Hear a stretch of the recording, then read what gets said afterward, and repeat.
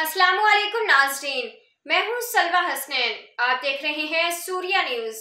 आइए नजर डालते हैं आज की अहम खबरों पर।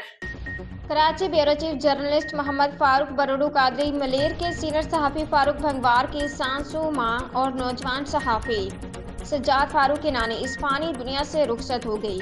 उनके नमाज जनाजे में सिंध यूनाइटेड पार्टी के रहनुमाओं, कारकुनों, सहाफ़ियों समेत शहरियों की बड़ी तादाद ने शिरकत की।